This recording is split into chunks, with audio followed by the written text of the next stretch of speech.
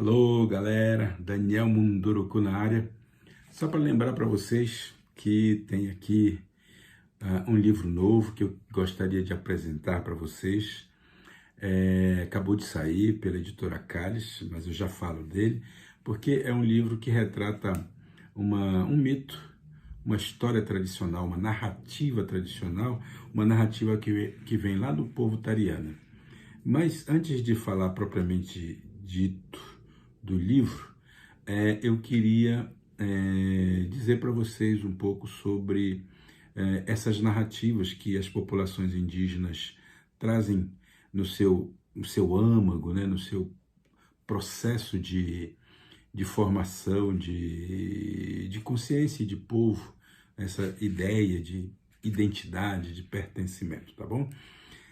Vamos a isso. Vocês certamente já ouviram falar de mitos indígenas, assim como existem os mitos gregos famosos, que são essas narrativas fantásticas, né?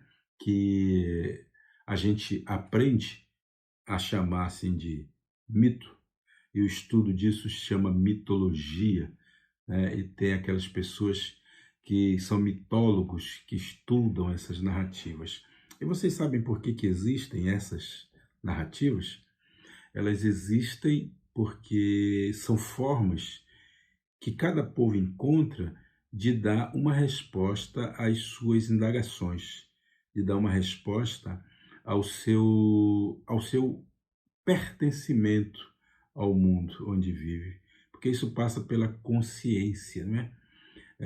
Um povo, ao tomar consciência da sua própria existência, ele precisa também dar sentido a ela. O ser humano é o único animal no planeta que tem essa consciência e precisa justificar a sua presença no mundo. Justificar para dar sentido a essa existência, para poder dar um significado, né, para a vida que vive. Porque a vida é uma constante angústia, vocês sabem. E o ser humano é o animal que nasce da angústia, né? Nasce da busca de respostas para esse seu pertencimento. Eu lembro para vocês que o mito, nós conhecemos os mitos gregos naturalmente, mas o mito mais famoso e mais conhecido, que tem muito impacto na vida da gente, é o mito da criação do mundo contada pelo povo hebreu, né? E que está presente nesse grande livro que é a Bíblia, esse conjunto de livros que entra no nosso repertório, né, ao longo de toda a história que nós conhecemos, né, e que é o mito de origem que vai dar sequência a toda a formação praticamente toda a formação do Ocidente. Isso só vai ser questionado de forma mais assertiva no finalzinho da Idade Média, mas essa narrativa está muito presente e o tempo inteiro nós estamos nos reportando a essas narrativas que estão contidas na Bíblia. A Bíblia do Antigo Testamento, né, que tem um tipo de narrativa, uma narrativa inclusive apresentando um ser criador, apresentando a interação desse ser criador com as pessoas, apresentando a interação desse criador com as suas criaturas, né? E passa, portanto, essas narrativas vão passando por uma explicação sobre o mundo, a partir daquele povo lá, né? O povo hebreu, né? Que depois vai tendo toda uma saga, vai vivendo uma saga até chegar ao finalzinho dessa narrativa, que é chamada de Antigo Testamento, passa para o Novo Testamento, porque aí a narrativa muda, vira o Deus que então era um vingador, né? Um Deus que era um guerreiro, passa a ser narrado como um Deus que é amor, né? E aí muda toda a estratégia narrativa dessa história, né? É como se fosse um ponto de virada, né? Esse ponto de virada vai acontecer e vai oferecer para as pessoas que acreditam nela, vai oferecer uma outra possibilidade de interpretação da existência. Portanto, todos os povos têm essas narrativas, trazem consigo muito dessas narrativas e, é claro, são narrativas que vão dando significado, né, para a vida das pessoas. Então, os mitos têm muito disso, né? Isso que nós chamamos de mito, ou dessa narrativa, a gente não chama muito. A palavra mito é uma palavra um tanto mais acadêmica, né, mais clássica, é uma palavra que está muito mais presente no imaginário das pessoas, mas nós podemos muito bem chamar tudo isso de tradição oral, né, de oralidade, ou podemos chamar isso de narrativas orais, de conhecimentos que são passados de pai para filho, tal qual foi também as histórias bíblicas que nós conhecemos. Então, essas narrativas são sempre uma forma de explicação do mundo, né? Como é que o homem foi criado, né? Como é que a mulher foi criada e como essa criação justifica a relação homem-mulher ao longo da história. E como, na medida em que se vai mudando, o tempo vai passando, essas narrativas vão se atualizando e elas vão ganhando novos significados. É assim o tempo inteiro. É claro que, como nós vivemos numa sociedade que depois desenvolveu outros tipos de comunicação, essas narrativas vão sendo atualizadas para os novos tempos, para os tempos que nós estamos vivendo. Assim é a lógica da cultura. A cultura ela se desenvolve dessa maneira e não tem como ser diferente, porque o homem, o ser humano, está em constante interação com a natureza, está em constante interação com a vida, né, com o seu dia a dia, com aquilo que ele vai descobrindo, porque existe um gênio humano, né, dentro dessa nossa espécie humana, né, que vai criando sempre coisas novas, coisas boas e coisas ruins, como já é de conhecimento de todos nós.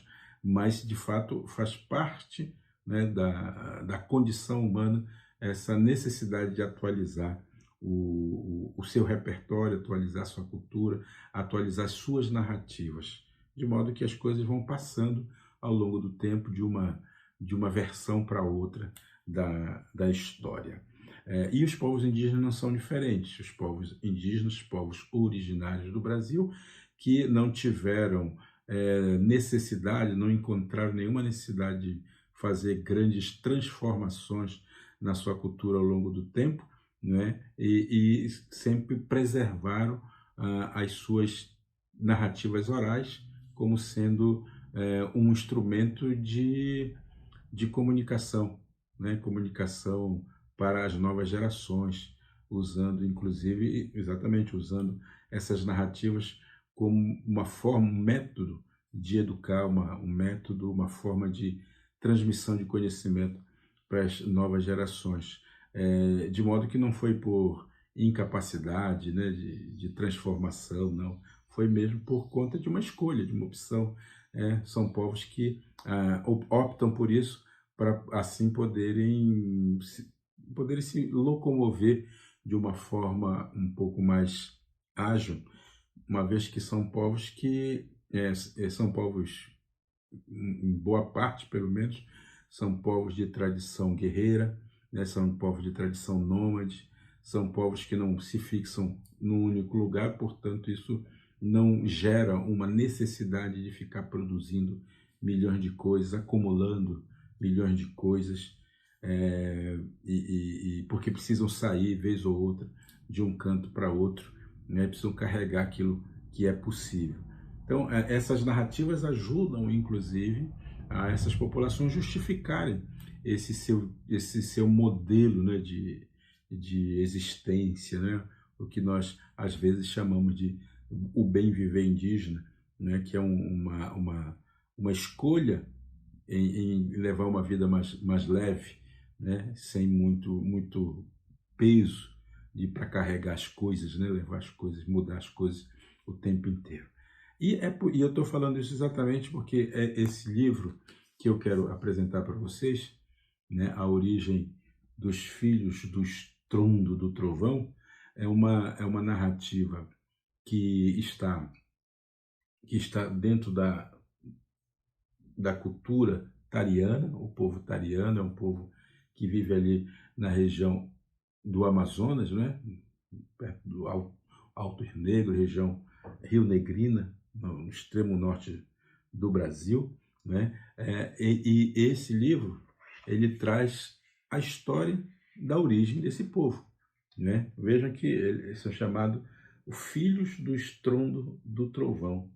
Essa é a leitura que eles fazem do mundo, né? De que eles são originários de um acontecimento natural, né? E que vai dar a eles uma inserção no mundo. Assim como tem povos indígenas mesmo, sem contar dos povos de outros lugares do mundo, mas tem povos que dizem que saíram da água, povos que dizem que saíram do fundo da terra, povos que disseram que vieram das estrelas, povos que disseram que são filhos de uma fruta ou do intercruzamento, né, com outros seres fantásticos da natureza. Cada povo vai ter essa narrativa, vai desenvolver a narrativa de acordo com os interesses e de acordo com as coisas que lhes são peculiares, e que ajudam esses povos a, a se localizarem no mundo. O mais interessante é que essas explicações, o mito, ele ajuda a entender como cada povo se organiza. Então essas narrativas, elas não são à toa, elas não são contadas como uma historinha, né, para boi dormir, né?